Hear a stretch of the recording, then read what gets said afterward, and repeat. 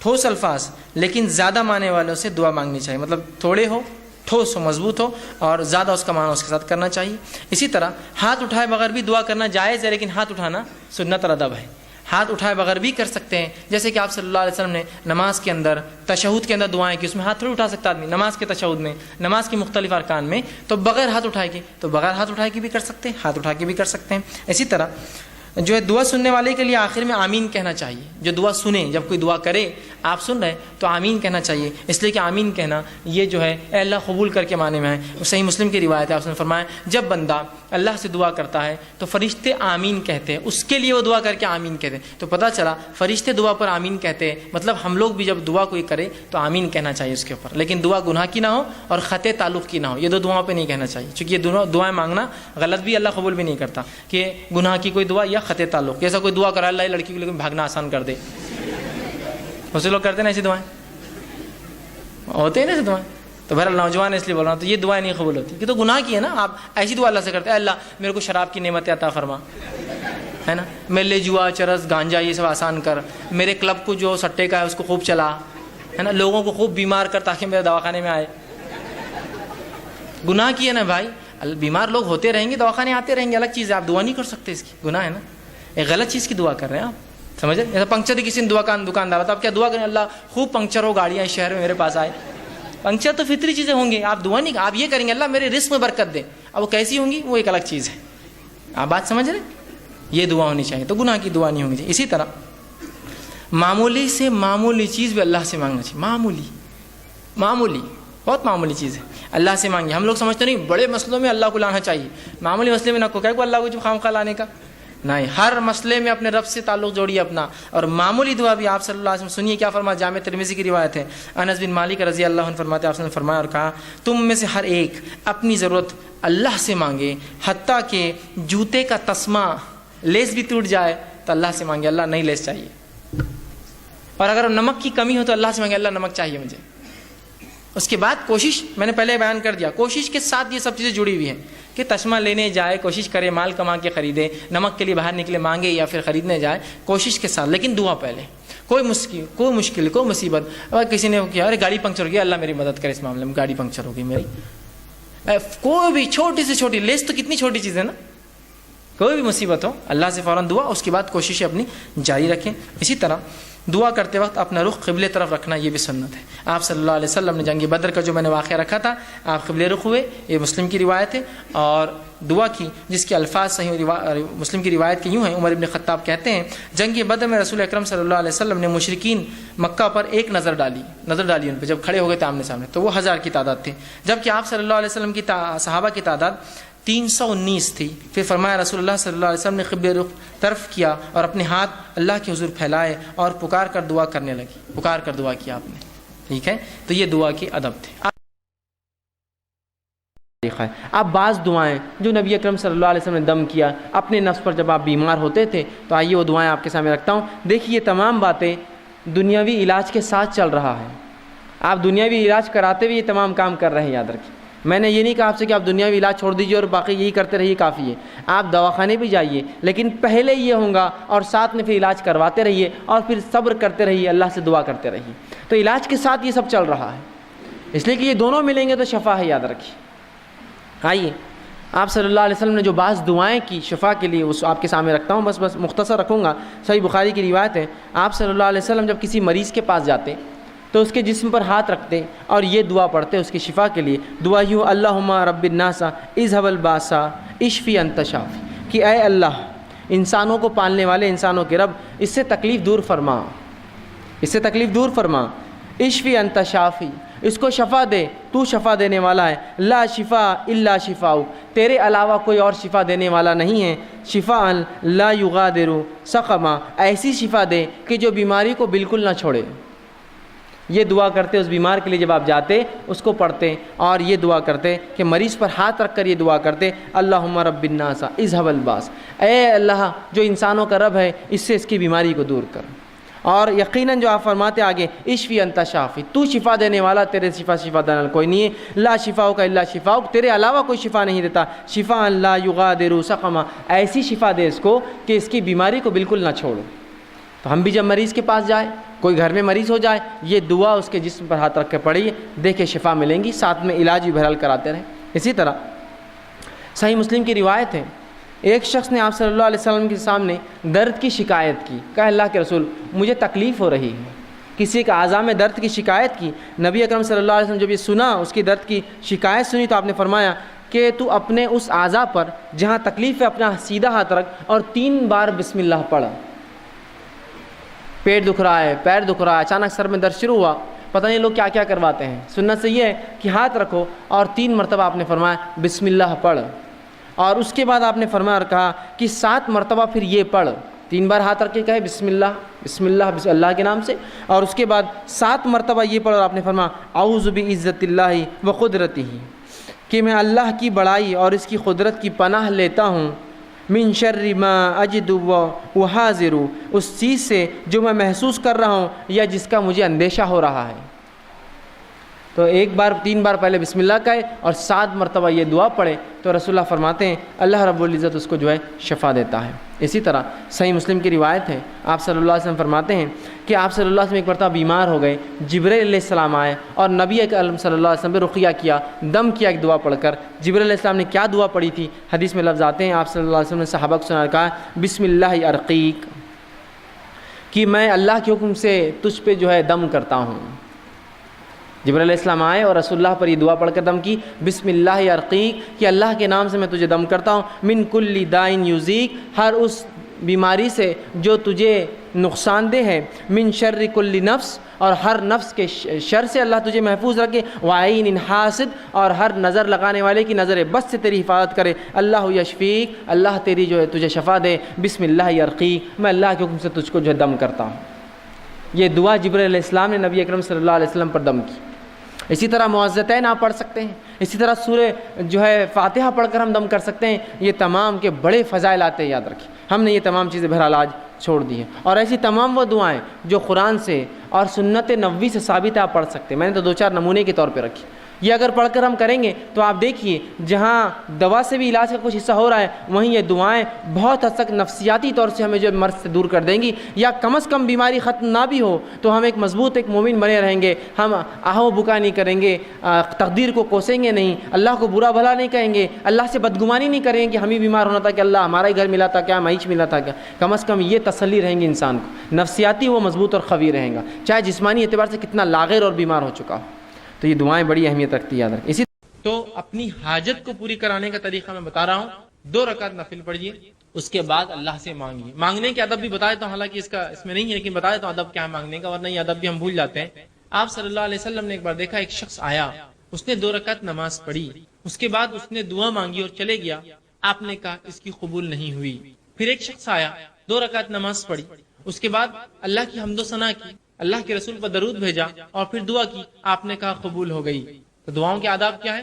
نماز پڑھا آپ نے 2 رکعت نفل، اس کے بعد سب سے پہلے اللہ کی حمد و ثنا کیجیے۔ اب اللہ کی حمد و ثنا کیا ہے؟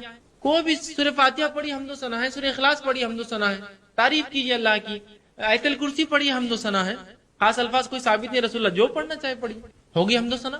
رسول پر درود کیا ہے؟ اللہم صلی علی محمد، درود ابراہیم پڑھ لیجیے۔ پھر کہیے اپنی دعا، اے اللہ میرا فلاں فلاں مسئلہ فلاں مسئلہ فلاں مسئلہ فلاں مسئلہ، ایسی دعا کیجیے۔ اور اس میں بھی یہ دعا کیا کیجیے ہمیشہ، ورنہ ایسا نہ ہو کہ ہم اپنے بد دعائیں اپنے لیے مانگے دعا سمجھ کر، اے اللہ میرے لیے خیر اور بہتر ہو، اس دین کے لیے، میرے معاش کے لیے اور میری آخرت کے لیے تو قبول کر۔ اس میں بھی اگر آپ جلد بازی کرنی ہے اللہ یہ ہونا ہی چاہیے، تو کبھی کبھار دعا کی شکل میں بد دعا مانگتے اپنے لیے، تو ہم سمجھ رہے یہ بہتر ہے، کل کو پتہ چلا نقصان دیتی۔ ایسی دعا کیجیے، اللہ اگر میرے دین کے لیے، معاش کے لیے، آخرت کے لیے عافیت ہو، اچھا ہو تو نزدیک کر، مجھے اس سے نزدیک کر، یا اگر میرے دین اور معاش اور آخرت کے لیے برا ہو تو اس سے مجھے، ایسی دعا کیجیے۔ ورنہ کبھی کہہ رہا ہوں دعائیں تو مانگتے اللہ کو، لیکن درحقیقت تو بد دعائیں رہتی اپنے لیے، ہم کو تو نہیں معلوم ہے اچھا ہے برا ہے، بس مانگ رہے یہی چھونا، جب دے دیتا ہے تو پھر بولتے ہیں یار میرے ساتھ ایسا کیوں ہوا، تو آپ نے ضد ایسی کی۔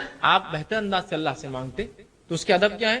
اللہ کی حمد و ثنا، رسول اللہ پہ درود، اور اپنی حاجت کا پھر اللہ کے سامنے رکھنا اور اللہ کو اس معاملے میں سپرد کر دینا، تو بہتر جانتا ہے، میں تو مانگ رہا ہوں، بہتر ہے تو مجھے دے دے، اگر میرے لیے چیز بہتر نہیں تو مجھ سے دور کر دے، ٹھیک۔ اور دعاؤں کو پکے الفاظ میں مانگنا چاہیے، یہ بھی ایک ہم سے غلطیاں ہوتی ہیں۔ رسول اللہ فرمایا دعاؤں کو پکے الفاظ میں مانگو، اے اللہ تو یہ چاہے تو ایسا کر دے، نہیں مانگنا۔ اللہ کو کون، اس کے اوپر کون ہے جو اس کو چاہے گا؟ اللہ کے اوپر کوئی اتھارٹی جو تو چاہیں گا تو اس کی، اللہ اگر بہتر ہے تو یہ میرے لیے کر دے، پکے الفاظ، سمجھے؟ رسول نے فرمایا دعائیں پکے الفاظ میں کیا کرو، کچے الفاظ میں نہیں۔ اے اللہ اگر تو بہتر سمجھے تو کر دے، کیوں؟ اللہ کو معلوم ہے کیا بتا، اگر اللہ بہتر ہو تو کر دے، تو بہتر سمجھے تو کر دے، کیوں؟ بہتر ہو تو کر دے، بہتر نہیں ہے تو مت کر، پکا الفاظ، کچے الفاظ مت ادا کیجیے، ایسے الفاظ مت ادا کیجیے ڈاماڈول والے ہو، یہ تو اللہ کے اوپر رسول اللہ فرماتے کوئی حاکم تھوڑی ہے جو طے کرے گا، تو چاہے تو، چاہت کیا ہے اللہ تو سمجھے بہتر تو کر دے، نہیں سمجھے بہتر تو میرے لیے برا ہے تو دور کر دے مجھ سے۔ رسول اللہ دعائیں پکے الفاظ میں مانگا کرو، یہ مت کہا کرو تو چاہے تو فلاں، تو چاہے تو اللہ کے اوپر کوئی تھوڑی اتھارٹی ہے جو اس کی چاہت اور نہیں چاہت۔ پکے الفاظ میں اللہ بہتر ہو تو کر دے، نہیں بہتر ہے تو دور کر دے، بس ختم، ایک دم بہترین الفاظ، پکے الفاظ، کچے الفاظ میں نہ کرے، ٹھیک۔ تو یہ بھی دعاؤں کے بہرحال کوئی موقع ملا تو افضل عبادتیں جس میں نماز شامل ہے اور اسی طرح طواف شامل ہے، یہ بغیر طہارت کے، بغیر غسل اور بغیر اس کے بعد وضو کے نہیں ہو سکتی ہے، تو گویا اس کی بڑی اہمیت ہے، یاد رکھیے۔ اور یہ بات میں بار بار کہتا ہوں کہ جس طرح سے فرائض کا پہ عمل کرنا ہم پر واجب اور فرض ہے، اس کو سیکھنا فرض ہے، اسی طرح وہ تمام باتیں جو فرض کے تکمیل میں ضروری ہے، اس کی شرائط ہے، اس کی وجہ ہے، اس کی بیس ہے، ان تمام کا سیکھنا اور کرنا بھی اتنا ہی ضروری ہے جتنا اس فرض پہ عمل کرنا ضروری ہے۔ تو اگر نماز پڑھنا فرض ہے اور اس پر عمل ضروری ہے تو نماز کن کن چیزوں کی بنیاد پر مکمل ہوتی ہے، ان تمام کو سیکھنا بھی فرض اور اتنا ہی ضروری ہے۔ اگر زکوٰۃ دینا فرض ہے تو زکوٰۃ کی تکمیل کے لیے جو جو چیزیں ہوتی ہیں، اس کے مسائل، کتنے نصاب پر زکوٰۃ نکلیں گی، اس کا معلوم کرنا بھی فرض ہے۔ اگر حج کرنا فرض ہے تو اس کا طریقہ سیکھنا بھی ہم پر فرض ہے اور تمام چیزیں کرنا بھی اس کی فرض ہے، ٹھیک ہے۔ تو اسی طرح جو ہے نماز چونکہ ہم پر فرض ہے تو اس کی شرط طہارت ہے، اور طہارت میں غسل بھی شامل ہے اور وضو بھی شامل ہے، یاد رکھیے۔ تو بہرحال کچھ باتیں میں جو ہے طہارت کے احکام کے تعلق سے آپ کے سامنے بہرحال آج رکھنے کی بہرحال کوشش کروں گا۔ مکمل عنوان اس میں کور کرنا میرے لیے ممکن نہیں ہوگا، لیکن بہرحال اہم اہم نکات رکھتے ہوئے تاکہ باقی باتیں اور بھی آپ جو ہے مختلف کتابوں کے ذریعے سیکھ سکتے ہیں، رکھنے کی کوشش کروں گا۔ سب سے پہلی چیز تو یہ کہ طہارت کی اہمیت اور فضیلت کیا ہے، آپ تمام اور ہم تمام جانتے ہیں۔ نبی اکرم صلی اللہ علیہ وسلم نے طہارت کو آدھا ایمان کا، طہور شطر الایمانی، پاکی یا طہارت، صفائی، ستھرائی، اچھے اپنے آپ کو اچھا رکھنا، اپنے ماحول، اپنے سماج کو صاف ستھرا رکھنا، خود کو پاک رکھنا، اپنے کپڑوں کو پاک رکھنا، اپنے بیٹھنے کی جگہوں کو، اپنی عبادت کے، تو میں گویا تمام چیزوں میں پاکی کا شریعت نے حکم دیا۔ اور شریعت صرف پاکی کا حکم نہیں دیتی ہے، شریعت صرف ظاہری پاکی کا حکم نہیں دیتی ہے، شریعت ظاہری اور باطنی دونوں پاکی کا حکم دیتی ہے۔ انسان کا باطن بھی پاک ہو، مطلب اندرون بھی پاک ہو، جس کے لیے شریعت کہتی ہے حسد، جلن، کینہ، برائی، بد اخلاقی، بے ادبی، ان سے بچا کرو، اس لیے کہ یہ برائی ہے۔ اندرونی صفائی بھی چاہتی ہے، اور شریعت بیرونی صفائی، ظاہری صفائی بھی چاہتی ہے، کہ شریعت کہتی ہے کہ طہارت لو، وضو کرو، غسل سے رہو، پاک رہو اور فلاں۔ تو گویا شریعت دونوں طہارتیں چاہتی ہے، ایک طہارت جو اندر کی ہو، انسان اندر سے پاک ہو، اور ایک طہارت جو باہر کی ہوتی ہے کہ انسان ظاہری طور سے پاک ہو، اور دونوں ہی اہم ہیں۔ اگر ہم اب ظاہری طہارت کی میں بات کروں گا، یہاں جب پاکی کی بات کروں گا تو آپ یہ مت سمجھیے باطنی ضروری نہیں ہے، باہر سے تو بڑا وضو صاف ہے اور دوسروں کے بارے میں کینہ رکھتے ہیں، بغض رکھتے ہیں، نفرت کرتے ہیں، حسد رکھتے ہیں، دھوکہ دینے کا سوچتے ہیں، نقصان پہنچانے کا سوچتے ہیں، یہ بھی درست نہیں۔ اور وہیں اگر اندر سے پاک ہوں اور پھر وضو اور طہارتوں کو اہتمام نہیں، نمازی نہیں پڑھتے، تو پھر وہ بھی بیکار ہے۔ تو دونوں ہی طہارتیں شریعت میں اہم ہیں، ٹھیک ہے، اور اس کے بڑے فضائل ہیں۔ جیسے کہ ایک آیت میں نے آپ کے سامنے تلاوت کی، جو سورہ بقرہ کی آیت نمبر جو ہے 222 ہے، اس کا ایک حصہ اللہ نے کہا اور فرمایا ان اللہ یحب التوابین و یحب المتطہرین، اللہ توبہ کرنے والوں کو اور پاک رہنے والوں کو، طہارت رکھنے والوں کو، صفائی اور ستھرائی رکھنے والوں کو پسند کرتا ہے۔ تو ایک توبہ کرنا اور دوسرا صفائی۔ تو توبہ اندرونی پاکی کا ذریعہ ہے، انسان جو گناہ کرتا ہے اندرونی، حسد، جلن، بغض، کینہ، بد اخلاقی، تمام چیزیں، گالی دے دیا، جھوٹ بول دیا، دھوکہ دے دیا، اندرونی برائیاں ہیں، تو توبہ کو پسند کرتا ہے، اور ظاہری پاکی کو پسند کرتا ہے، مطلب اندرونی پاکی کے لیے توبہ، ظاہری پاکی کے لیے بولے دونوں پاکیزگی کو پسند کرتا ہے نا۔ کیا فرمایا ان اللہ یحب التوابین، اللہ توبہ کرنے والوں، مطلب اندر سے جو پاک کرے، غلطی ہوگی پاک کر لی اپنے آپ کو، توبہ اس کا ذریعہ ہے گناہوں سے پاک ہونے کا۔ وہ یحب المتطہرین، اور ظاہری پاک رہنے والوں، اندرونی پاک اور ظاہری پاک دونوں ملا کر اللہ دونوں سے محبت کرتا ہے، ٹھیک۔ تو اس سے میں سمجھتا ہوں اس کی فضیلت ہمیں پتہ چلتی ہے۔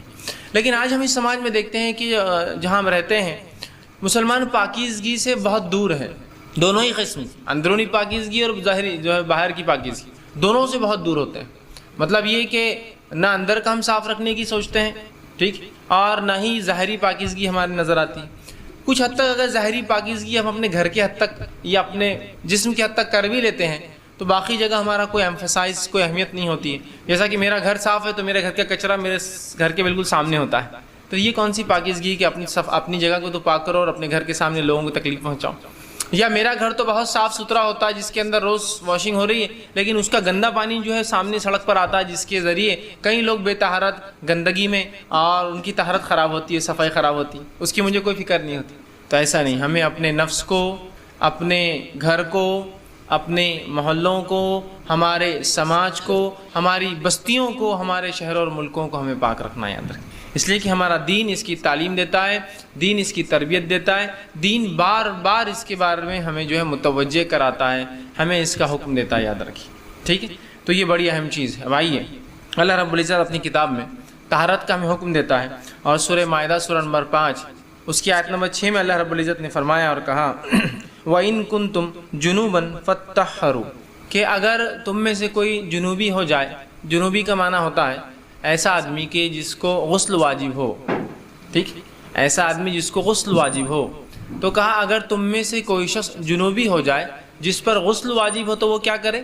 اللہ نے فرمایا تو وہ طہارت لے، تو وہ اپنے آپ کو پاک کرے. تو طہارت لینا ہم پر واجب اور فرض ہے. یاد رکھیے، کیا کہا اللہ نے؟ اگر تم میں سے کوئی جنوبی ہو جائے تو فوراً کہا تو تم طہارت لو، اپنے نفس کو، اپنے ظاہر کو پاک کر لو. ٹھیک ہے. اسی طرح آگے اللہ رب العزت فرماتا ہے، اور نبی اکرم صلی اللہ علیہ وسلم کو اللہ رب العزت نے حکم دیا اور کہا سورہ مدثر سورہ نمبر 74 اس کی آیت نمبر 4 میں کہا اور کہا فَثِيَابَكَ فَطَّهِّرْ، کہ نبی اپنے کپڑوں کو پاک رکھیے. ثوب کا معنی ہوتا ہے ڈریس جو اوپر انسان پہنتا ہے. فَثِيَابَكَ فَطَّهِّرْ، کہ نبی اپنے کپڑوں کو آپ جو ہے پاک رکھیے، صاف رکھیے. پہلی آیت میں جنابت کے تعلق سے کہا اگر جنوبی ہو تو پاک کر لو.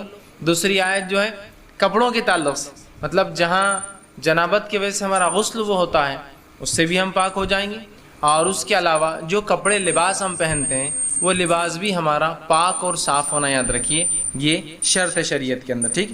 اب اسی طرح تیسری جگہ جو آیت میں نے آپ کے سامنے تلاوت کی، اللہ رب العزت سورہ بقرہ سورہ نمبر 2 آیت 222 میں فرماتا اور کہتا ہے ان اللہ یحب التوابین و یحب المتطہرین، اللہ تعالیٰ جو ہے توبہ کرنے والوں کو، اور اسی کے ساتھ ساتھ فرمایا طہارت رکھنے والوں کو، مطلب جو ہے جو توبہ کرتے ہیں مطلب اندرونی جو ہے برائیاں جو ہوتی ہیں اس کو پاک کرتے ہیں، اور ظاہری اعتبار سے جو ہے وضو کرتے ہیں، غسل کرتے ہیں، ان کو پسند کرتا ہے. اسی طرح نبی اکرم صلی اللہ علیہ وسلم فرمایا، سنن ابو داؤد کی روایت ہے، اور طہارت کے تعلق سے فرمایا اور کہا مفتاح الصلاۃ الطہور، کہ نماز کی چابی طہارت ہے، مطلب غسل اور پھر وضو.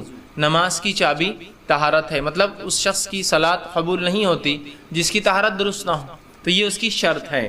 اسی طرح ایک اور روایت میں آپ صلی اللہ علیہ وسلم فرماتے ہیں اور فرمایا لا تقبل الصلاۃ بغیر الطہور، کہ اللہ تعالیٰ کسی کی نماز کو تب تک قبول نہیں کرتا جب تک کہ وہ وضو نہیں کر لیتا، مطلب جب تک کہ وہ پاک نہیں ہو جاتا اللہ اس کی نماز کو قبول نہیں کرتا. ٹھیک ہے. یہ صحیح مسلم کی روایت.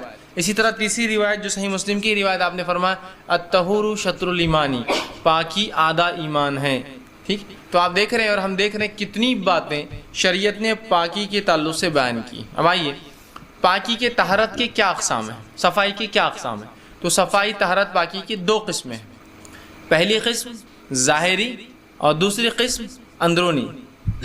یہ دونوں ہی قسم ہمیں یاد رکھی، شریعت یہ دونوں چاہتی ہے، ہم اندرونی پاک ہو اور ظاہری پاک ہو. ظاہری پاکیزگی کیا ہو سکتی ہے کہ ہم غسل سے رہیں، بلا وجہ غسل میں تاخیر نہ کریں. ٹھیک. سہولت ہوتے ہی کر لے، یہ نہیں کہ ابھی کریں گے بعد میں کریں گے، ہو سکتا موقع محل نہ ملے. اسی طرح جو ہے ہم باوضو رہنے کی کوشش کریں، اور نماز تو بہرحال وضو کے بغیر قبول ہی نہیں ہوتی ہے. اپنے کپڑوں کو ہم صاف رکھیں، ہم جہاں رہتے ہیں کھاتے پیتے ہیں اس جگہ کو صاف رکھیں، جہاں عبادتیں کرتے ہیں وہ جگہ ہماری صاف ہو، ہمارے محلے ہماری بستیاں اور ہمارے شہر جو ہے یہ صاف. یہ ہوا ظاہری طہارت. اور اندرونی طہارت میں مراد حسد، کینہ، بغض، تکبر، برائی، گالی دینا، بری باتیں دوسروں کے بارے میں خیال رکھنا، اسی طرح جو ہے برے قبیح جو ہے افکار جس کو کہیں گے، سوچ بھی رکھنا یا ایسے خیالات بھی لانا، ان سے بھی ہمیں اپنے آپ کو کیا کرنا پڑے گا، پاک کرنا پڑے گا. تو طہارت کی شریعت میں 2 قسمیں ہیں. ایک طہارت جو ظاہری ہوتی ہے اور ایک طہارت جو اندرونی ہوتی ہے. دونوں کی اپنی اہمیت ہے. اندرونی طہارت خراب ہو جائے تو توبہ اس کا ذریعہ ہے صاف کرنے کا، برائی دل میں تھی کچھ تھا توبہ کر لیجئے. ظاہری طہارت خراب ہو تو پھر غسل اور وضو، اس کے لیے دو چیزیں مہیا ہے ہمارے پاس. ٹھیک. اب آئیے طہارت کن چیزوں سے حاصل ہوتی ہے؟ طہارت حاصل کرنے کو، پاکی حاصل کرنے کو، اور اب میں ظاہری، میرا جو اب پورا عنوان رہے گا ظاہری پاکی پر ہے. اب جو طہارت حاصل کرنا ہے ہم کو، تو وہ کن کن چیزوں سے طہارت ہو سکتی ہے؟ تو طہارت جو ہے، پاکی جو ہے، صفائی اور ستھرائی جو ہے، شریعت میں ہم دو چیزوں سے حاصل کر سکتے ہیں. پہلا پانی اور دوسرا پاک مٹی. صاف پانی مطلب پاک پانی ظاہر سی بات ہے، اور صاف مٹی پاک مٹی. یہ دو چیزوں سے انسان طہارت حاصل کر سکتا ہے، یاد رکھیے شریعت. ٹھیک. اس کے تعلق سے جو سادہ پانی جس کو ہم کہیں گے، یا صاف پانی جس کو ہم کہیں گے، میں سادہ پانی اس لیے کہہ رہا ہوں کہ بہت ساری چیزیں ہوتی ہیں جن کو پانی کہا جاتا ہے لیکن وہ پانی ہوتے نہیں. جیسا گلاب کا پانی، پانی تو ہے لیکن گلاب ہے. سادہ پانی اس لیے میں کہہ رہا ہوں، مطلب پانی جو جھیل میں ہو، ندی میں ہو، سمندر کا ہو، بارش کے ذریعے جو آتا ہو، نہروں کے ذریعے جو نکلتا ہو، کنووں سے جو نکلتا ہو، یہ سادہ پانی. اس میں کچھ ملاوٹ ہو جائے تو پھر وہ پانی تو ہوتا ہے لیکن اس کے ساتھ آپ گلاب کا پانی، عطر کا پانی، مطلب کوئی چیز لگ جاتی ہے. سادہ پانی ہونا ایک، اور دوسرا مٹی سے طہارت حاصل ہوتی ہے. پانی کے تعلق سے اللہ رب العزت اپنی قرآن میں فرماتا ہے اور کہتا ہے وَأَنزَلْنَا مِنَ السَّمَاءِ مَاءً طَهُورًا. سورہ فرقان سورہ نمبر 25 آیت نمبر 48 میں فرمایا کہ ہم نے آسمان سے پانی کو اتارا جو پاک ہوتا ہے. اب آسمان سے اترا ہوا پانی جھیل، ندی، نالے جس کو کہیں گے، کنویں اور نہریں اور جھیلوں میں اور سمندر، بحرین، تمام جگہ آپ کو مل سکتا ہے. اس پانی سے چونکہ یہ پاک ہے، یہ ہمیں طہارت دے سکتا ہے، یہ ہمیں پاک کر سکتا ہے. یاد رکھیے. ٹھیک. تو پہلی چیز پانی ہے جس سے ہم طہارت حاصل کر سکتے ہیں. اسی طرح نبی اکرم صلی اللہ علیہ وسلم فرماتے ہیں، اور بحقی کی جو ہے روایت آپ نے فرمایا، پانی پاک کرنے والا ہے، الا یہ کہ اس میں اس کا بو، ذائقہ اور رنگ کسی بری چیز کی وجہ سے بدل جائے. پانی پاک ہے، پاک کرنے والا ہے، سوائے اس کے کہ اس کا رنگ، بو، اور آگے فرماتے ہیں اس کی بو، ذائقہ یا رنگ کسی چیز کے ملاوٹ سے، گندی چیز کی ملاوٹ سے بدل جائے تو تب اس سے وضو یا طہارت حاصل نہیں ہوں گی. ایسا پانی جس کا رنگ مکمل بدل جائے، جو پانی کہلانے لائق نہ ہو، بو تبدیل ہو جائے، مطلب پانی عموماً کوئی بو نہیں دیتا، ایسی تبدیلی آئے جو غیر فطری ہو.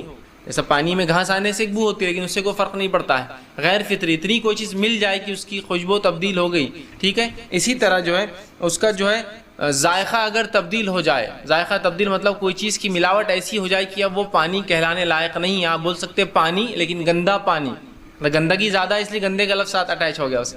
تو پھر ایسی تین اگر چیزیں بدل جائے تو پھر پانی نہیں رہیں گا اور اس سے طہارت جو ہے نہیں حاصل ہو سکتی. ٹھیک ہے. لیکن کیا ہے؟ رنگ، بو. اور ایک بات یاد رکھ لیجیے، پانی کو جو ہے جس کی تعداد مقدار بڑی ہو اس کو کوئی گندگی ناپاک نہیں کر سکتی. یہ بات بھی یاد رکھیے. ٹھیک ہے. انشاءاللہ تفصیلات آگے آئیں گی. جیسا کہ آپ ایک جھیل کے کنارے گئے، جس جھیل میں بھینسیں بھی نہا رہی ہے، انسان بھی نہا رہے ہیں، کتے بلی بھی اس میں ہیں، اور لاشیں بھی پڑی ہیں چڑیاؤں کی، کتے بلیوں کی غلاظت بھی دکھ رہی ہے، لیکن چونکہ وہ جھیل ہے اس میں پانی کی تعداد بہت زیادہ ہے جس کے بنیاد پر وہ پانی خراب نہیں کہلائیں گا. آپ صلی اللہ علیہ وسلم فرمایا خلتین سے زیادہ اگر پانی ہو تو اس کو کوئی ناپاک نہیں کر سکتی، سوائے اسی کی ناپاکی زیادہ اور پانی کم ہو جائے. ٹھیک ہے. خلتین کا معنی ہے ایک قلہ جو ہوتا تھا نبی اکرم صلی اللہ علیہ وسلم کے زمانے میں، ایک ڈرم ہوتا تھا، رنجن ہوتا تھا جس کو قلہ کہتے تھے عربی میں، اور ایک قلے کے اندر 275 لیٹر پانی آتا تھا. تو آپ نے فرمایا خلتین مطلب دو قلے، مطلب 275 جمع 275، 550 لیٹر سے زیادہ اگر پانی ہو جائے تو کوئی چیز اس کو ناپاک نہیں کر سکتی. اب بہت سے لوگ سوال کرتے پانی میں چھپلک گر گئی مر گئی تو، لیکن اگر خلتین سے زیادہ ہے ناپاک نہیں ہوتا. 550 لیٹر سے زیادہ ہے پانی ناپاک نہیں، اس لیے کہ یہ پانی کی وہ کوانٹٹی ہے 550 لیٹر جس کے اندر کوئی چھوٹی موٹی چیز اشیاء گر جائے تو اس سے پورا پانی خراب نہیں ہوتا، چونکہ وہ ڈائلیوٹ ہو جاتی ہے وہ چیز. سمجھ رہے بات کو؟ وہ ڈائلیوٹ ہو جاتی ہے اس کی غلاظت. ٹھیک ہے. تو بہرحال قلتین سے زیادہ پانی ہو تو آپ جیسا جھیل کے کنارے آپ اب بھینسیں تو آپ بولتے نہیں بھائی میں تو بھینسیں میں وضو نہیں کر سکتا. اب جھیل میں تو میں سمجھتا ہوں قلہ تو کوئی بات ہی نہیں ہے، اتنا زیادہ پانی ہوتا ہے کہ مطلب جس کو کہیں گے thousands and millions of liter ہوتا ہے. تو وہاں کیا آپ ناپاکی کا مسئلہ؟ ہاں ظاہری جو ہے اس کو ہٹا دیجئے، تو اس کے آگے والے حصے میں آپ اپنا وضو کیجئے، جا کر غسل کی ضرورت ہے غسل کیجئے. ٹھیک ہے. تو پانی جو ہے پاک ہے، پاک کرنے والا ہے، سوائے اس کے کہ اس کی بو، رنگ اور جو ہے اس کا ذائقہ کوئی چیز بدل دے. ٹھیک. مطلب اب خلتین پانی ہے اور اتنی ہی کوانٹٹی میں غلاظت مل گئی جس سے اس کے رنگ بو بدل گیا تو پھر ضرورت نہیں اس کو استعمال کی. ہوتا ہے نا کبھی ایسا. ٹھیک. اب اسی طرح دوسری چیز جس سے ہم پاکی حاصل کر سکتے ہیں وہ چیز ہے پاک مٹی. پاک مٹی. ٹھیک ہے. اور پاک مٹی سے مراد یہاں دھول ہے, یاد رکھیے, دھول ہے, مٹی, یا وہ چیز جو گیلی نہ ہو, کیونکہ جب گیلی ہو جائیں گی تو کیچڑ ہو جائیں گا, مٹی نہیں کہلائیں گی وہ چیز. ٹھیک ہے. پاک مٹی کا قصد کرو. اور اللہ رب العزت نے اس تعلق سے نبی اکرم صلی اللہ علیہ وسلم فرماتے ہیں, مسند احمد کی روایت, زمین میرے لیے سجدہ گاہ اور پاک کرنے والی بنائی گئی ہے. زمین اس امت کے لیے سجدہ گاہ اور پاک کرنے والی چیز بنائی گئی ہے. اور اس بات کے تعلق سے رسول اللہ نے ایک دوسری روایت میں فرمایا کہ دو چیزیں ایسی جو مجھے دی گئی یا اس امت کو دی گئی جو پچھلی امتوں میں نہیں تھی. ٹھیک ہے. پہلی چیز یہ کہ میرے امت کے لیے مٹی کو باعث طہارت بنا دیا گیا. پچھلی امتوں میں کچھ بھی ہو جائے آپ کو وضو فرض تھا, پانی کے ذریعے غسل اور وضو کرنا فرض تھا, مٹی کا نہیں تھا. اور دوسری چیز جو میری امت کو دی گئی جو پچھلی امتوں میں نہیں تھی وہ یہ تھی کہ میری امت کے لیے ساری زمین سجدہ گاہ بنائی گئی, اور پچھلی امتوں کے لیے ایک مخصوص مقام اللہ طے کرتا تھا اور وہیں آ کے نماز پڑھنا پڑتی تھی, ساری زمین. ایک تیسری روایت میں آپ نے فرمایا کہ بیت الخلاء اور قبرستانوں کو چھوڑ کر ہر جگہ جو ہے نماز ہو سکتی ہے, ورنہ پوری زمین بولے تو آپ قبرستان میں بھی کھڑے ہو جائیں گے جا کر. نہیں, بیت الخلاء اور قبرستان چھوڑ کر باقی تمام جگہوں پر آپ نماز ادا کر سکتے ہیں. تو یہ دو فضیلتیں اس امت کو دی گئی جو پچھلی امتوں میں نہیں تھی, کہ ایک مٹی کو ذریعہ طہارت بنایا گیا اور دوسرا پوری زمین سجدہ گاہ ہمارے لیے بنا دی گئی کہ جہاں مسلمان کو وقت نماز ہو صلاۃ کھڑے ہو جائے, بس نماز پڑھ لے وضو کر کے. دوسرا اللہ رب العزت قرآن میں فرماتا ہے سورہ نساء سورہ نمبر 4 آیت نمبر اس کی 43 میں, اور فرمایا فلم تجدوا ماء فتیمموا صعیدا طیبا. اگر تم میں سے کوئی شخص اپنے بیویوں سے ملا ہو, رفع حاجت پیشاب پیخانے کو جا کر آیا ہو, اور اس کے بعد اللہ فرماتا ہے فلم تجدوا ماء, پھر تم کو پانی نہ ملے تو پھر کیا کرو, فتیمموا صعیدا طیبا, تو پھر تم پاک مٹی کا قصد کرو. صعیدا طیبا کا لفظ یاد رکھیے. اور پاک مٹی وہی ہوتی ہے جو سوکھی ہوتی ہے. گیلی مٹی پر شک ہے کہ کس چیز کی وجہ سے وہ گیلی ہوئی.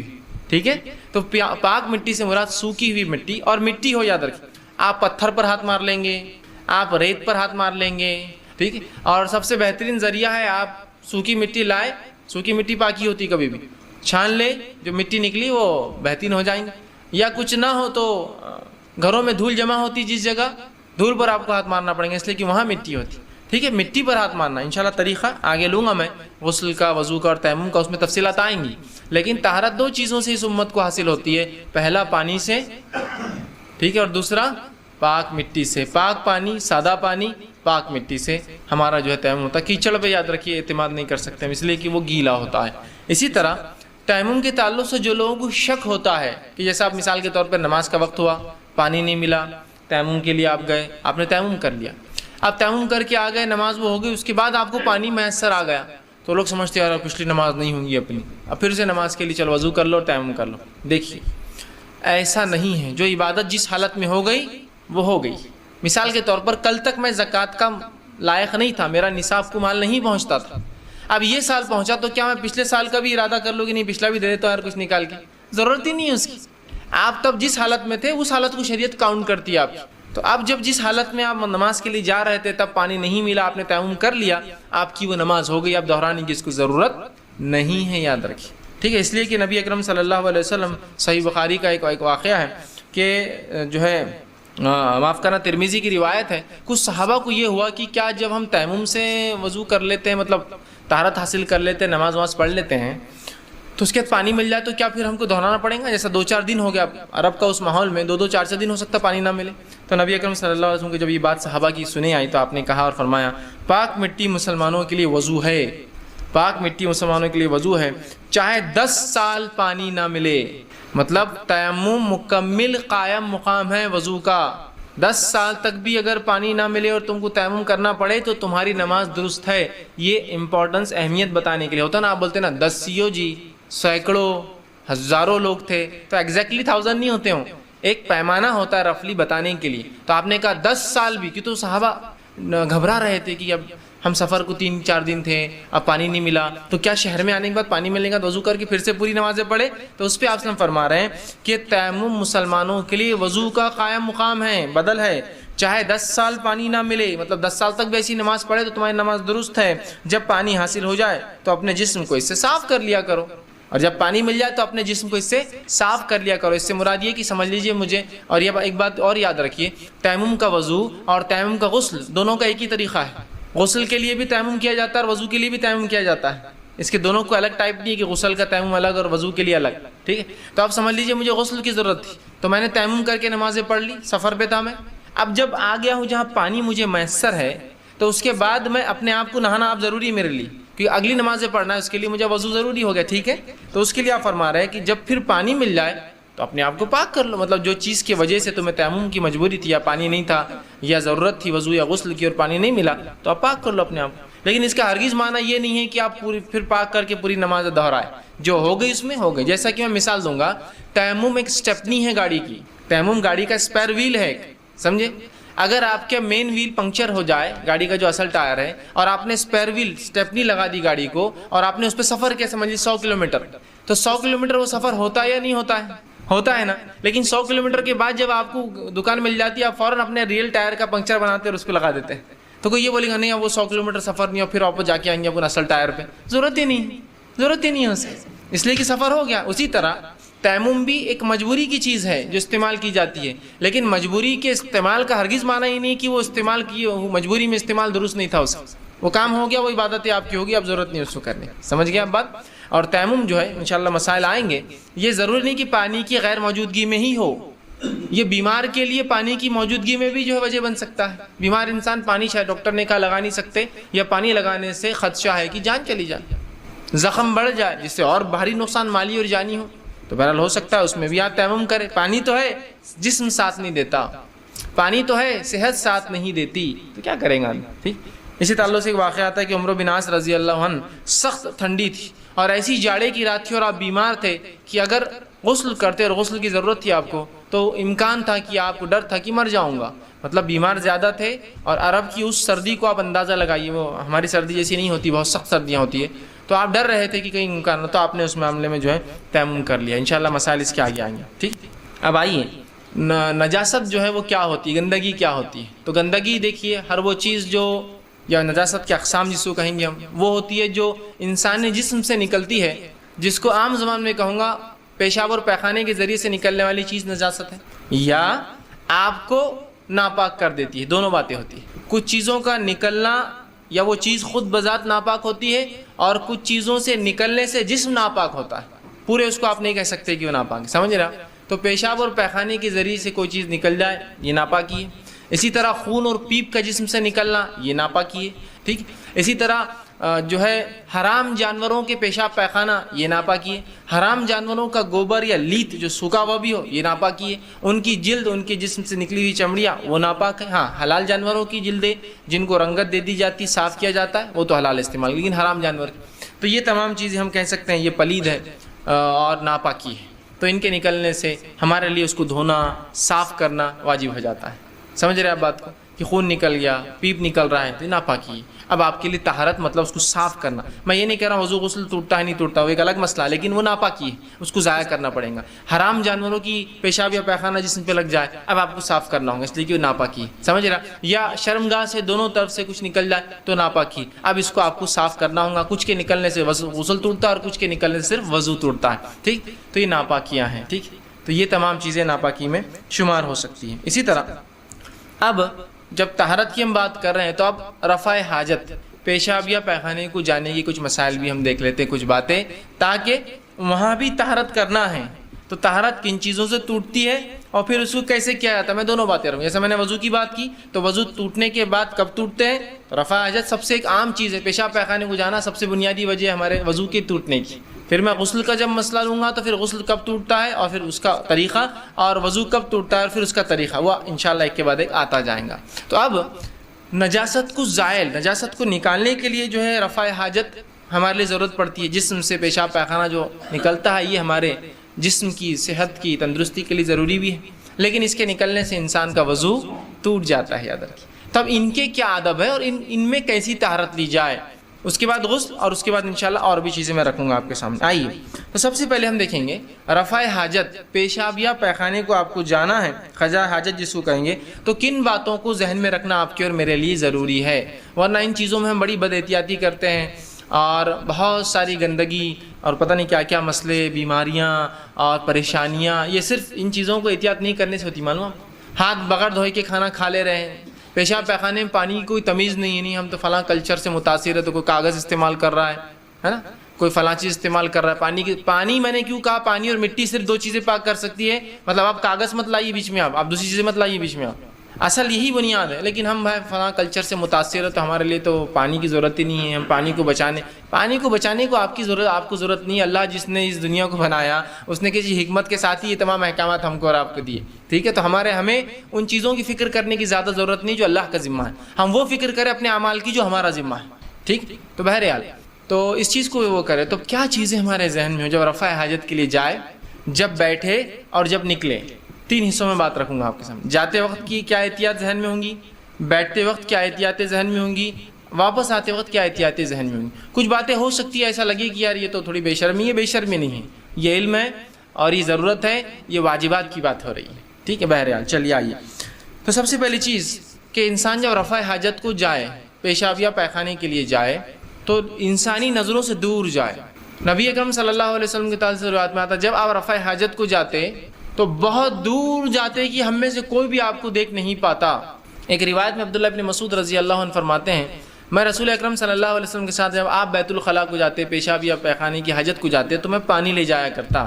میں آپ صلی اللہ علیہ وسلم کے ساتھ بہت دور جاتا، ایک مقام کے بعد رسول اللہ مجھ سے پانی لے کے میری نظروں سے بھی دور چلے جاتے، مطلب دونوں انسانی نظروں سے دور، اور پھر رسول اللہ اس شخص چونکہ وہ ساتھ چلتے آپ وسلم کی حفاظت کے لیے، دیکھنے کے لیے، پانی دینے کے لیے، پھر آپ سے اس سے اور دور چلے جاتے، اتنے دور کہ ہم انہیں دیکھ نہیں پاتے. ایک مرتبہ رسول اکرم صلی اللہ علیہ وسلم رفع حاجت کے لیے گئے، جیسا کہ آپ کی عادت اور سنت تھی، بہت دور نظروں سے چلے گئے، بڑی تیز آوازیں آنا شروع ہوئی، ہم سب گھبرا گئے کیا بات ہے. کچھ لوگ دوڑتے ہوئے یہاں آ گئے کہ بھائی کیا بات ہے رسول اللہ کہاں ہیں، آوازیں آ رہی بہت، اور ہم کو ڈر ہوا کہ دشمن نے حملہ نہ کر دیا ہو، کوئی مسئلہ نہ ہو. لیکن ہمت تو کسی کی بھی نہیں ہو رہی تھی کہ آگے بڑھے، چونکہ رسول اللہ نے آواز ہم کو نہیں دی کہ آؤ، اور ہم گھبراتے رہے. تھوڑی دیر بعد جب رکے تو رسول اللہ صلی اللہ علیہ وسلم آتے ہوئے دیکھے. ہم نے کہا اللہ کے رسول ہم تو بڑے گھبرا گئے تھے، کچھ آوازیں ہم نے سنی، ہم کو ڈر لگنے لگا کہ آپ کے ساتھ کچھ ہو نہ گیا ہو. تو آپ نے کہا کہ نہیں ایسا مسئلہ نہیں تھا. جب میں رفع حاجت کے لیے گیا تو جنوں کے 2 گروہوں میں لڑائی ہو گئی، جو کافر اور جو مومن تھے، اور دونوں میرے پاس آئے اور کہا آپ صلح کروا دیجئے. اور ہم لوگوں کو ڈسپیوٹ جگہ کے اوپر تھا، ایریے پر تھا کہ فیصلہ کر دیجئے کون کہاں رہیں گا. آپ نے کہا میں نے پھر دونوں میں فیصلہ کر دیا اور دونوں نے میری بات کو قبول کر لیا. اور میں نے مومن جنوں سے کہا کہ تم جو ہے پہاڑوں کے دروں میں جا کر رہو، ٹھیک، یا اونچے مقامات پر رہو، مطلب پہاڑ کے جو علاقے ہوتے پہاڑی. اور جو کافر جن تھے ان سے کہہ دیا کہ تم غیر آباد سمندری ٹاپوؤں میں جا کے رہو، اور دونوں نے میری بات کو قبول کر لیا. بات سمجھ؟ تو یہاں بھی راوی کیا کہتے ہیں رسول اللہ بہت دور چلے گئے تھے، ہم دیکھ نہیں پا رہے تھے، ہمیں آوازیں، ہم ڈر رہے تھے، لیکن رسول اللہ پتہ تھا اتنے دور جاتے تھے ہو سکتا بھاگنے تک وہاں پہنچ بھی نہ سکے، تو سوچا کہ انتظار کرنا زیادہ بہتر ہے. سمجھ رہے آپ؟ تو انسانی نظروں سے دور جانا ہے آپ کو جب بھی آپ کو وہ کرنا ہے. یہ بات تب کے لیے لاگو ہوں گی جب آپ کھلے میں کر رہے ہیں، بند کے لیے لاگو نہیں، ورنہ بند اس میں بھی آپ دور کسی علاقے میں جائیں گے، وہاں ضرورت ہی نہیں، بند ہے. اور آج کل الحمدللہ ہم شہروں میں رہتے ہیں اور بند ہوتے ہیں، لیکن اگر آپ کو کبھی مجبوری آ جائے جنگل میں تو یاد رکھیے یہ اس کے لیے ہوگا. ورنہ آج ہم لوگوں کو دیکھتے ہیں سڑک سے، آپ ہائی وے سے گاڑیاں چلا رہے ہیں اور لوگ انسانوں کی طرف منہ کر کے رفع حاجت کے لیے بیٹھے ہوئے.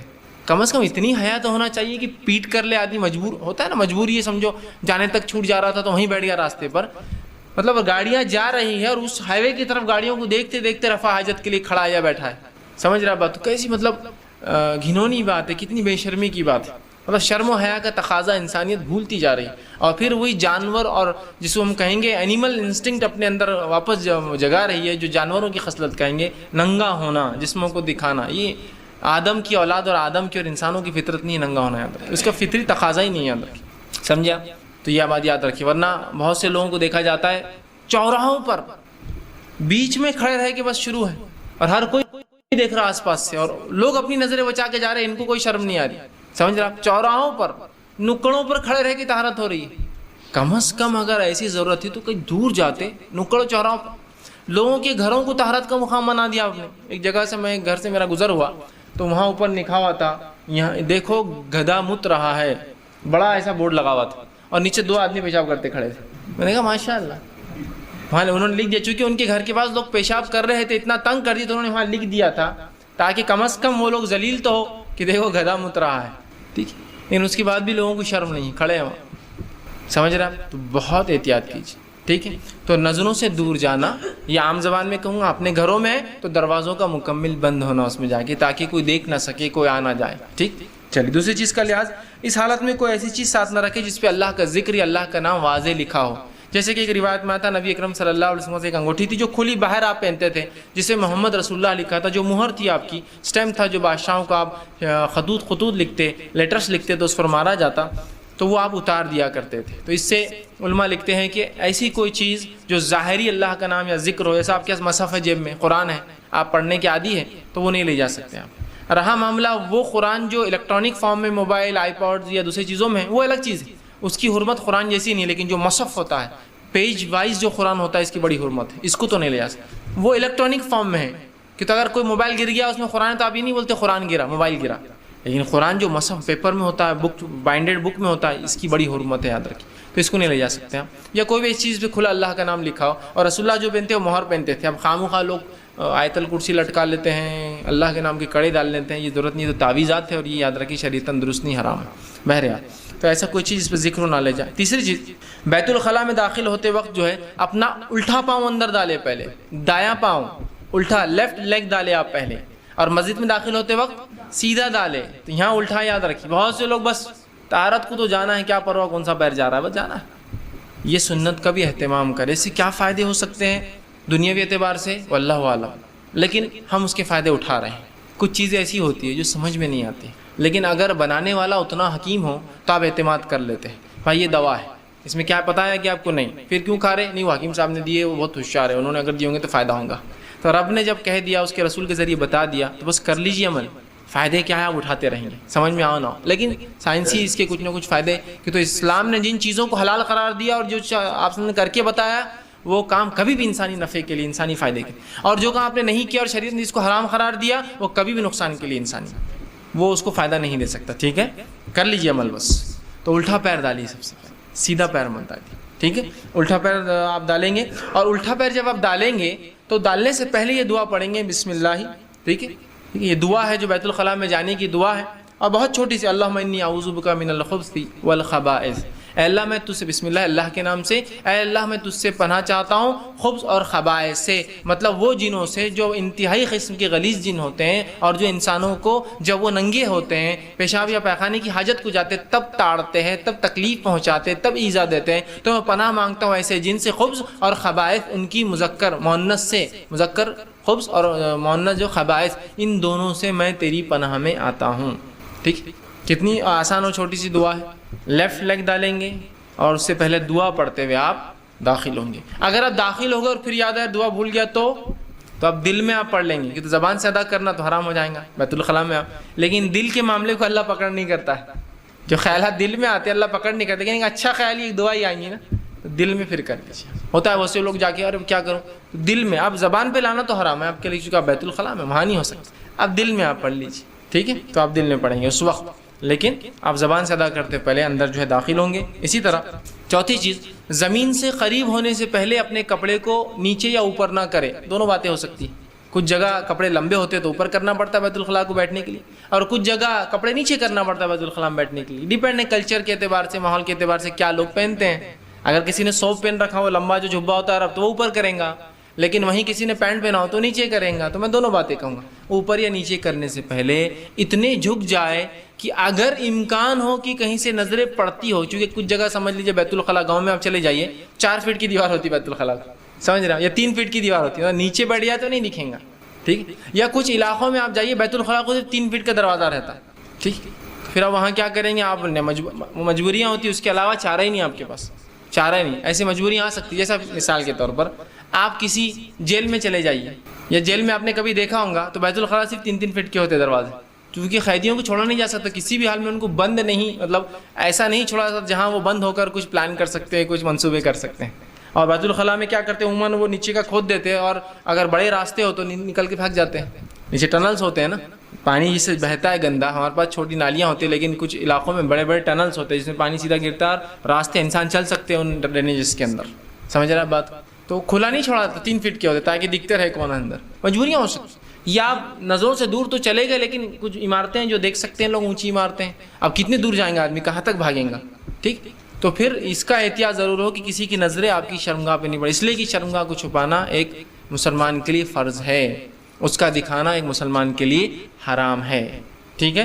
تو بہرحال اتنا آپ احتیاط کریں کوئی آپ کی شرمگاہ نہ دیکھ پائے۔ اسی طرح 5ویں چیز، ٹھیک ہے، جب ہم پیشاب یا پیخانے کے لیے بیٹھیں گے اور کھلے میں اگر ہو تو ہمارا چہرہ اور پیٹھ دونوں قبلے کی طرف نہیں ہونا چاہیے۔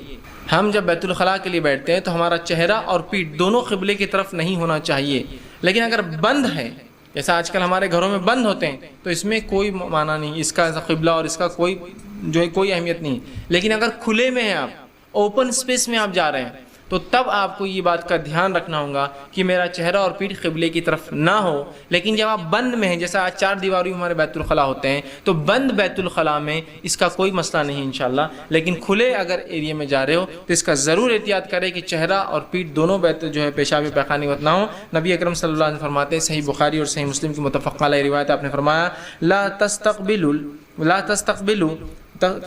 القبلة ولا تستدبروها، کہ قبلے کی طرف منہ بھی نہ کرو اور قبلے کی طرف پیٹھ دبر اپنی پیٹھ بھی نہ کرو، بغائطی او بول، جب تم پیشاب یا پیخانے کو جاؤ تو نہ اپنا چہرہ نہ اپنا پیٹھ قبلے کے رخ کرو کھلے میں۔ لیکن بند میں نبی اکرم صلی اللہ علیہ وسلم کو عبداللہ ابن عمر فرماتے ہیں کہ میں نے ایک بار رسول اللہ علیہ وسلم کو دیکھا کہ آپ صلی اللہ علیہ وسلم ایک بند بیت الخلاء میں تھے لیکن اس کو چھت نہیں تھی، اس کو اوپر چھت نہیں تھی، جس کی وجہ سے جب آپ اٹھ رہے تھے بیت الخلاء کے بعد تو اٹھتے وقت میں نے دیکھا کہ آپ کا چہرہ قبلے کی طرف تھا، تو اس سے پتہ چلا بند اس میں قبلے کی طرف ہونے سے کوئی حرج نہیں، لیکن کھلے اس میں قبلے کی طرف چہرہ اور منہ دونوں نہیں ہونا چاہیے۔ یہ مسئلہ ان لوگوں کے لیے زیادہ، بہت سے لوگ گھروں کے اندر وہ ہوتے ہیں اور بیت الخلاء بٹھانا ہے، بھانڈا بٹھانا WC، تو وہ بولتے ہیں اب قبلہ ہی آ رہا، ڈائریکشن ہے، جگہ نہیں ہے گھر میں، کیا کرنا؟ تو بند اس کے لیے یہ اصول نہیں ہے، کھلے اس میں تو بالکل آپ کو اس کی احتیاط کرنا پڑیں گی، ٹھیک۔ اسی طرح 6ٹھی چیز جو آپ یاد رکھیں گے وہ یہ ہے، اس کام کے لیے لوگوں کے راستے،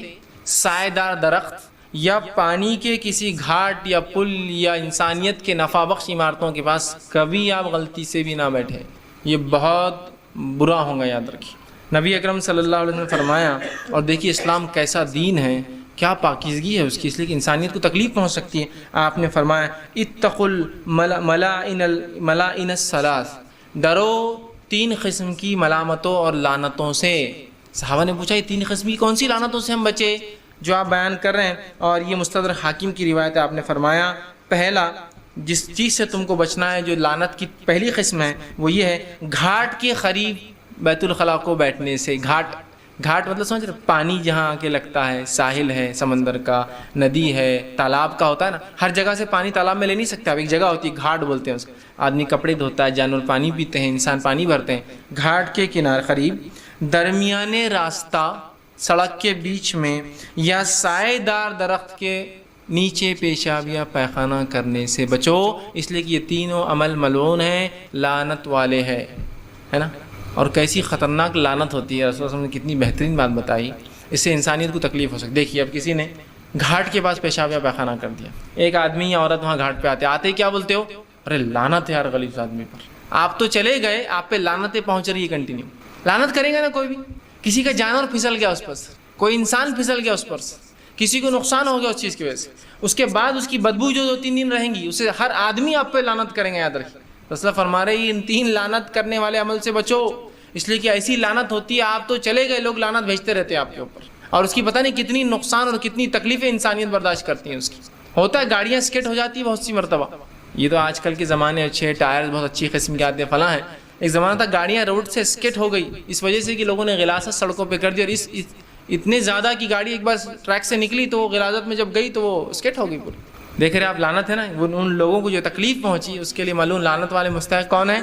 اگر نظروں سے دور جاتے تو کسی کو تکلیف ہوتی، نہ کوئی گھاٹ ہوتا، نہ کوئی راستہ ہوتا، نہ کوئی سائیدہ درخت ہوتا۔ اب لوگ سائیدہ درخت میں آرام کرنا چاہتے ہیں، آرام کرنے اور دیکھا کہ یہاں تو غلاظت پڑی، لعنت، لوگ لعنت بھیج رہے ہیں، تو بچیے۔ ٹھیک، اسی طرح ایک روایت میں آتا ہے نبی اکرم صلی اللہ علیہ وسلم فرمایا اور کہا کہ ایسے جو ہے درخت کے نیچے بھی لعنت بچو جو پھلدار درخت ہوتا ہے۔ پھلدار درخت کہیں، اس لیے ہو سکتا ہے لوگ پھل کھانے آئیں اور وہ غلاظت کی وجہ سے آپ پہ لعنت بھیجے. تو اندازہ لگائیے کہ کہاں کرنا ہے، کیسا کرنا ہے، کہاں جانا ہے، کیا معاملہ ہے، سب رسول اللہ صلی اللہ علیہ وسلم نے بتا دیا. ان چیزوں پہ عمل کرے تو انشاءاللہ ایک بہترین صاف ستھرا اور شفاف معاشرہ مسلمانوں کا بنے گا. آج ہم اپنے محلوں میں نکلیے، بہت سے لوگ اپنے بچوں کو نکالتے اور گھر کے سامنے بٹھا دیتے بیت الخلاء کے لیے. میں یہ بات سمجھتا ہوں کہ آپ کو اللہ نے مال و دولت نہیں دی ہے، آپ کی غربت کی حالت ہے، لیکن اس حالت میں بھی کیا اتنی تمیز نہیں ہو سکتی کہ ہم بستی سے تھوڑا سا دور نکلنے کی صرف کوشش کریں؟ یہ تو کر سکتے ہیں نا. بہرحال اس کے بعد جو چیز ہم یاد رکھیں گے وہ یہ 8ویں چیز کی قضاء حاجت کو جب انسان جا پیشاب پخانے کے لیے تو آپ صلی اللہ علیہ وسلم نے گفتگو کرنے سے منع کیا ہے نا. ہمارے پاس بہت سی بار میں نے دیکھا کہ گاؤں کے اندر خاص طور سے لوگ ہوتے ہیں، چلو جا کے آئیں گے، چلو جا کے آئیں گے، پلان کر کے ہوتا پہلے، وہ دونوں اپنا ٹائم میچ کر لیتے ہیں اور پانی لے کر چلے ہیں اور آمنے سامنے بیٹھ کر کیا چل رہا کھیتی کا، تیرے کیا ہو رہا تیرا معاملہ، کیا تیرا یہ چل رہا میرا، آمنے سامنے یا بازو بازو بیٹھ کر بات چیت چالو، یا الٹے بیٹھتے پیٹ کو پیٹ کر کے پھر بات چیت چالو. آپ سب نے منع کیا اس لیے کہ اس سے بے-حیائی پھیل سکتی ہے، بے شرمی پھیل سکتی ہے، برائیاں عام ہو سکتی ہے. انسان برائی کو برائی نہیں سمجھنا شروع کرتا ہے، وہ ایک عام معمول زندگی کا ہو جاتا ہے. تو آپ نے اسے منع کیا. حدیث کے الفاظ یوں ہیں، یہ جو ہے مسند احمد کی روایت ہے، 2 آدمی قضاء حاجت کے لیے جائیں تو ایک دوسرے سے چھپ کر بیٹھے، ساتھ جانے میں کوئی اتنی راستہ ہے، احتیاط ہے، چھپ کر بیٹھے کہ ایک ادھر کہیں چھپ گیا ایک ادھر کہیں چھپ گیا، بیٹھے اور آپس میں ایک دوسرے سے باتیں نہ کریں کیونکہ اللہ ان پر ناراض ہوتا ہے. ٹھیک ہے، تو یہ بہت بری بات ہے. یہ تو بہرحال میں گاؤں کی ایک مثال دے دیا، میں نے شہروں میں یہ چیز دیکھی. بوائز ہاسٹل، اس کی گواہی تو میں دے سکتا ہوں کہ بوائز ہاسٹل میں ایک مرتبہ میرا ایک جگہ جانا ہوا تو میں جب وہاں گیا اور ایک رات مجھے رکنا پڑا. رکنے کے بعد جب فجر کا وقت ہوا تو میں وہاں سے اٹھ کر نیچے اترنے لگا. جب نیچے میں اترا تو میں تھوڑا سا رک گیا اور پھر واپس چلے گیا، اس لیے کہ مجھے ایسا لگا کہ میں ابھی بھی سو رہا ہوں اور خواب میں کچھ دیکھ رہا ہوں. چونکہ جب میں وہاں سے اترا تو سامنے بیت الخلاء تھی اور 4-5 بیت الخلاء پوروں کے دروازے کھلے اور لوگ بیٹھے ہوئے اس کے اندر. تو میں جب آیا تو مجھے لگا شاید میں ابھی بھی خواب میں ہوں، میں واپس چلا گیا. پھر جب اوپر گیا تو وہ لوگوں کو ایسا لگا کہ یار ان کی وجہ سے میں گیا، تو سب نے دروازہ بھیڑا، سب نے دروازہ بھیڑا، کچھ نہیں بتایا. مسلمان غیر مسلم دونوں تھے اس کے اندر. اندازہ نہیں کیا بے حیائی کہ ہاسٹل کے دروازے کھلے بیت الخلاء کے اور کھلے بیٹھے کہ میں اوپر سے اترا تو مجھے لگا میں ابھی خواب میں ہوں. فجر کے وقت میں آدمی کیا ہوتا پوری نیند جاگتا بھی نہیں، مسجد جانے تک کبھی اس کی نیند جاگتی پوری. تو مجھے لگا شاید میں غفلت میں ہوں تو واپس چلا گیا. اب میں نہیں، میں غفلت میں نہیں، ان لوگوں کو سمجھ میں دروازہ بھیڑا تو پھر میں اتر کر گیا. تو مجھے تعجب ہوتا کہا ایسی سسٹم ہے ہاسٹلس میں، یہ معاملہ رہتا، کوئی شرم نہیں، کوئی حیا نہیں، سب دوست تو ہے، سب ایک جیسے تو ہے، مرد تو ہے نا سب، اس میں کیا ہے. ٹھیک، اور یہی بے شرمی، بے-حیائی اور برائی اور غلاظت کی آج جو ہے وجہ بنتی ہے. یاد رکھیے. ٹھیک، تو بات نہ کریں اور دور ایک دوسرے سے بیٹھے کر جائے. دوسری چیز اس معاملے میں کہ اب جانے کی تو جانے کا ہوا، جانے کے بعد جو ہے اب جب استنجا کریں گے یا طہارت لیں گے تو اس میں کیا کیا چیزیں آپ ذہن میں رکھیں گے. تو پہلی چیز، ہڈی یا لید سے آپ طہارت نہیں کریں گے. ہڈی سے مراد ہڈیاں ہوتی ہیں نا جانور جو کھانے کے بعد ہوتی ہے، اور لید سے مراد حلال جانوروں کا سوکھا ہوا گوبر. اس لیے کہ نبی اکرم صلی اللہ علیہ وسلم نے فرمایا اور کہا لید اور ہڈی سے استنجا کرنے سے بچو، اس لیے کہ یہ تمہارے بھائی جنوں کی غذا ہے. اسلم فرماتے ہیں میرے پاس کچھ جن اور کہا ہے محمد صلی اللہ علیہ وسلم اپنی امت کو اس چیز کی تاکید کرو کہ جو ہڈی ہوتی، جو حلال جانور ذبح ہوتا ہے اس کی ہڈی نکلتی ہے، وہ ہڈیاں اللہ نے ہمارے لیے حلال کر دی اور وہ ہمارے لیے گوشت جیسی بن جاتی ہے. وہ جانور جن پر اللہ کا نام لے کے ذبح ہوتا ہے، وہ جانوروں کی ہڈیاں جنوں کے لیے گوشت بن جاتی ہے اللہ کے حکم سے. اور کہا وہ جو لیت ہوتا ہے، جو حلال جانوروں کا گوبر ہوتا ہے جو سوکھ جاتا ہے، وہ ہمارے جانوروں کی غذا ہے، جنوں کی غذا نہیں، ان کے جانوروں کی غذا ہے. تو کہا محمد اپنی امت کو تاکید کرو اس معاملے میں کہ وہ ہڈی اور لیت سے، سوکھے ہوئے حلال جانور کے گوبر سے استنجا نہ کرے. تو اب آپ کو استنجا کرنا ہے، پانی نہ ہو تو آپ ہڈی اور گوبر نہیں استعمال کریں گے. اس کے لیے پھر پتھر ہو سکتا ہے، مٹی کے ڈھیلے ہو سکتے سب، لیکن ہڈی اور گوبر کا استعمال نہیں ہوگا. دوسری چیز، ایسی کوئی چیز استعمال نہ کرے جو کھانے میں کام آتی ہو، استعمال کی اشیاء ہو. ٹھیک، اس لیے کہ استعمال کی اشیاء اور کھانے کی چیزوں کا آپ طہارت کریں گے تو اس سے ان چیزوں کی بے حرمتی ہوں گی، اسراف اور ضائع کرنے میں آئیں گا، اور اسراف اور ضائع کرنا شریعت میں حرام ہے.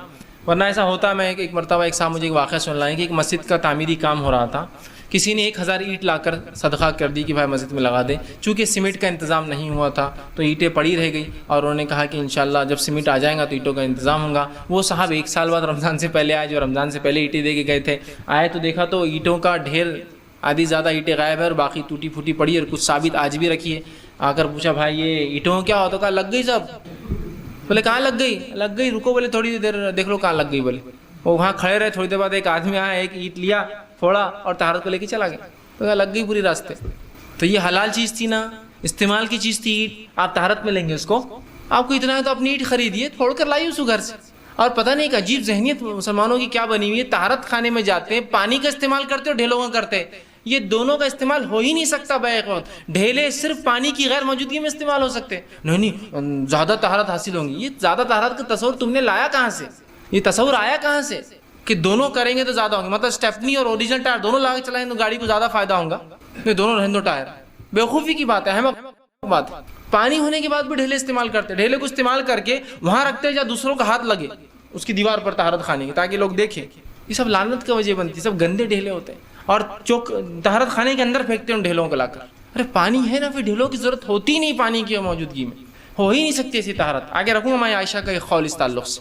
بہرحال تو ڈھیلوں کا استعمال کر سکتے، لیکن ڈھیلے استعمال کی چیز نہ ہوں، حلال کھانے پینے کی اشیاء نہ ہو، بلکہ پتھر جو عام استعمال کے نہ ہو اور جن کے استعمال کرنے سے کسی کو تکلیف بھی نہ ہو۔ کسی کے استعمال کے پتھر بھی ہو سکتے ہیں، ان کو بھی نہ لے آپ۔ بہرحال ٹھیک۔ دوسری چیز جو ہے، تیسری چیز جو ہے، طہارت کے لیے سیدھے ہاتھ کا استعمال نہ کرے۔ نبی اور شرمگاہ کو چھونے کے لیے سیدھے ہاتھ کا، طہارت سے مراد دھونے کے لیے اور ہاتھ لگانے کے لیے سیدھے ہاتھ کا استعمال نہ کرے، بلکہ پانی صرف سیدھے ہاتھ سے لے سکتے آپ، استعمال الٹے ہاتھ کا ہوگا دھونے میں بھی اور ہاتھ لگانے کا جہاں معاملہ ہوگا۔ اس لیے کہ نبی اکرم صلی اللہ علیہ وسلم نے کہا، صحیح بخاری اور صحیح مسلم کی متفق علیہ روایت، آپ نے فرمایا لا یمس احدکم ذکرہ بیمینہ، کوئی شخص اپنے سیدھے ہاتھ سے اپنی شرمگاہ کو نہ چھوئے، ٹھیک۔ اور پھر آپ نے فرمایا کہا وہو بولو، اور جب وہ پیشاب یا پیخانے کو جائے، ولا یمسہ من الخلاء بیمینہ، اور جب وہ بیت الخلاء جائے تو دھونے میں بھی جو ہے سیدھے ہاتھ کو استعمال نہ کرے۔ نہ چھونے میں سیدھا ہاتھ استعمال ہوگا، نہ دھونے میں سیدھا ہاتھ استعمال ہوگا۔ دھونے سے مراد ہاتھ لگانے کے معاملے میں تو آپ سیدھے ہاتھ سے پانی لے سکتے ہیں، لیکن شرمگاہ کو صرف الٹا ہاتھ لگا سکتے ہیں۔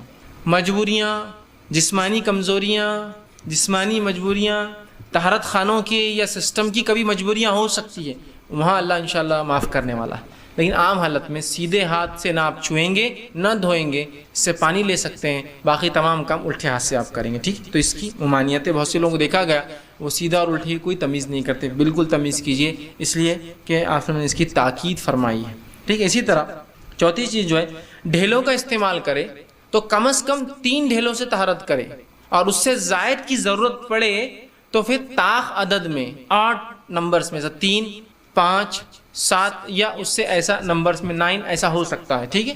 تو ڈھیلوں کا استعمال جب آپ کریں گے تو منیمم 3 سے ڈھیلے سے ہوں گی طہارت، یاد رکھیں 3 ڈھیلوں سے، 3 ڈھیلوں سے۔ آپ کچھ لوگ بولتے ہیں ایک ہی ڈھیلا لے کے 3 طرح سے استعمال کرے تو رسول اللہ 3 ڈھیلے کیوں بول رہے ہیں؟ مطلب خاموخواہ ہے کہ 3 بولنا، لفظ 3 کا لانا۔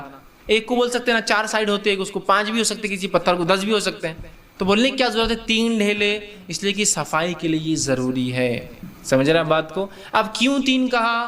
اس لیے کہ کچھ باتیں اس کا تعلق غائب سے ہوتا ہے، وہ ہم نہیں جان سکتے کبھی بھی۔ جیسے آپ نے فرمایا رات میں سو تو اپنے برتنوں کو، پانی کی مشکیسوں کو جس میں پانی بھرا ہوتا ہے، کھانے کی چیزوں کو کھلا نہ چھوڑو، اس لیے کہ آسمان سے رات میں بیماریاں اترتی ہے اور کھلے برتن میں داخل ہو جاتی ہیں۔ تو آپ کہیں گے بیماریاں جراثیم لاتے، جراثیم تو بہت باریک ہوتے، کھلے اور چھپے سے ان کو کیا ہوتا؟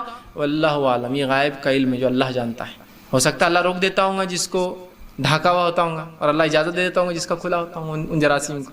واللہ عالم، یہ غائب کا معاملہ ہے۔ تو کیوں 3 سے؟ واللہ عالم، یہ غائب کا معاملہ ہے، لیکن اتنا کرنا ہے ہم کو احتیاط، ٹھیک۔ اس لیے کہ نبی اکرم صلی اللہ علیہ وسلم صحیح مسلم کی روایت فرمایا، رسول اللہ صلی اللہ علیہ وسلم نے ہمیں منع کیا کہ پیخانے یا پیشاب کے وقت قبلے رخ منہ کرنا، یا دائیں ہاتھ سے استنجا کرنا، سیدھے ہاتھ سے مطلب دھونا یا اس کو پکڑنا، یا 3 ڈھیلوں سے کم میں استنجا کرنا۔ 3 سے کم میں نہیں ہوگا، اس سے زیادہ لے سکتے آپ استنجا کرنا، یا لید اور ہڈی سے استنجا کرنا۔ ان تمام سے منع کیا گیا، 3 ڈھیلوں سے کم نہیں لینا، ہڈی اور لید سے استنجا نہیں کرنا، سیدھے ہاتھ سے نہیں چھونا، یہ سب منع کردہ، اور قبلے کی طرف منہ نہ کرنا، ٹھیک ہے۔ ان چیزوں سے منع ہے، روکا گیا، ٹھیک ہے، اور یہ بہت ضروری ہے، ٹھیک۔ تو 3 ہو ڈھیلے کم از کم، گریٹر دین اگر ضرورت ہے، غلاظت زیادہ ہے، اور پیشاب کے لیے بھی ہو سکتا ہے 3 ڈھیلے، اور پیخانے کے لیے بھی ہو سکتا ہے، اس لیے کہ آپ کو دونوں چیزیں آ سکتی، سفر پہ ہے، پانی کی کمی ہے۔ اب اس سے 3 سے زیادہ لینا ہے تو پھر 5 منگائیے، 5 سے زیادہ لینا تو 7 منگائیے آپ، ٹھیک ہے۔ بہرحال اس سے استنجا آپ کریں، ٹھیک ہے۔ اس کے بعد جو ہے 5ویں چیز آپ یاد رکھیے، ڈھیلے اور پانی کے استعمال میں جو ہے آپ خلط ملط نہ کریں۔ پانی ہو تو ڈھیلوں کی ضرورت نہیں ہے، پانی نہ ہو تو ڈھیلے کفایت کر جائیں گے، پھر جب پانی ملے تو آپ طہارت کر کے دھو لیں۔ مثال کے طور پر مجھے پانی نہیں ملا جس کی وجہ سے پیشاب پیخانے کو میں بیٹھ گیا، اس کے بعد جب بھی مجھے پانی ملے گا وہاں میں آرام سے جو ہے پانی سے اس حصے کو دھو لوں گا، یاد رکھیے، کیونکہ پانی مل گیا اب مجھے، اب دھو لے آپ اس کو، ٹھیک ہے۔ لیکن ڈھیلے اور پانی کا ایک ساتھ استعمال درست نہیں ہے۔ ماں عائشہ رضی اللہ عنہا فرماتی ہے، اور ترمذی کی روایت آپ نے فرمایا، اپنے